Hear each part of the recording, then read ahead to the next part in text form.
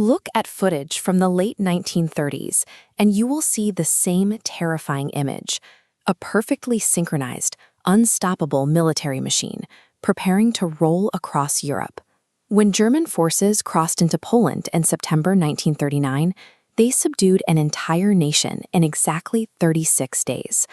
The sheer speed of the conquest cemented a global belief in Nazi military supremacy. But the campaign itself began with a desperate, meticulously staged fabrication. On the evening of August 31st, a small group of SS operatives broke into this radio station in the border town of Gleiwitz. Posing as saboteurs, they broadcast a fake, heavily accented anti-German message in Polish. To make the performance convincing for the international press, they abducted a local farmer, murdered him, dressed his body in a Polish uniform, and left him at the scene. The justification for the invasion relied entirely on a theatrical stunt. And the much-feared war machine they unleashed the next morning relied heavily on a similar illusion to hide a military teetering on the brink of collapse. When we look past the border propaganda and examine the front lines of the 1939 advance, the image of the highly trained, elite German soldier starts to fracture. Leading up to the invasion, the state ordered a frantic expansion of the armed forces, severely gutting their own recruitment standards to meet the quotas. This chart of German military manpower shows a flat line of 100,000 men in 1933, before a violent upward spike hitting 2.6 million by the war's start. This 40-fold explosion created a diluted talent pool of nervous, entirely inexperienced recruits. In the first few weeks of the invasion, terrified troops frequently broke the chain of command. They fired wildly at shadows, panicked at rumors of ambushes, and shelled their own advancing units.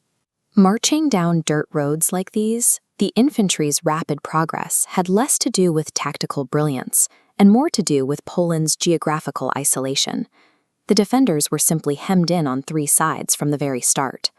The ground invasion was largely driven by a disorganized mob. They succeeded primarily because the opposition was equally overwhelmed by the sheer volume of bodies crossing the border.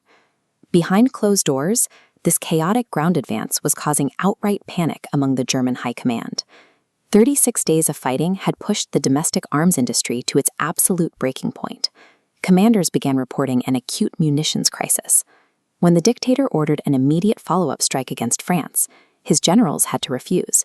They had completely run out of bombs and fuel.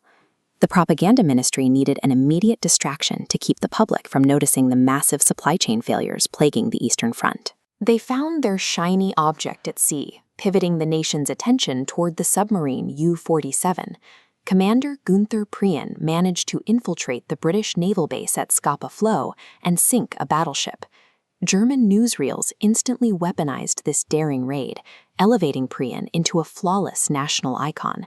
By blanketing newspapers and cinemas with stories of isolated, daring naval heroics, the regime successfully blinded the public to the systematic logistical breakdown of their primary land army.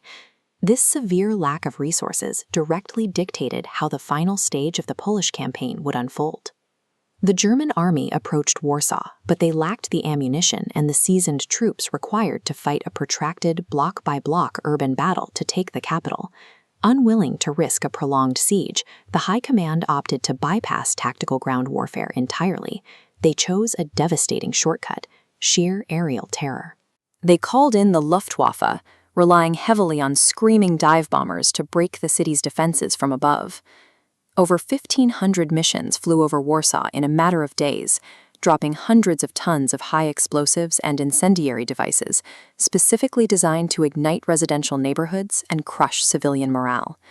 The skeletal remains of the city forced a rapid surrender, but the sheer scale of the destruction was an admission of military impatience, rather than a display of tactical superiority.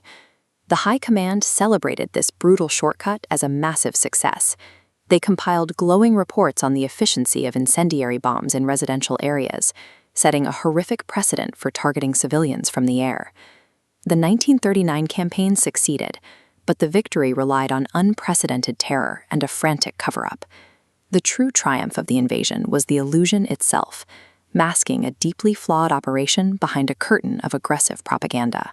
If you want to see how other historical myths hold up to the facts, make sure to subscribe and leave a like.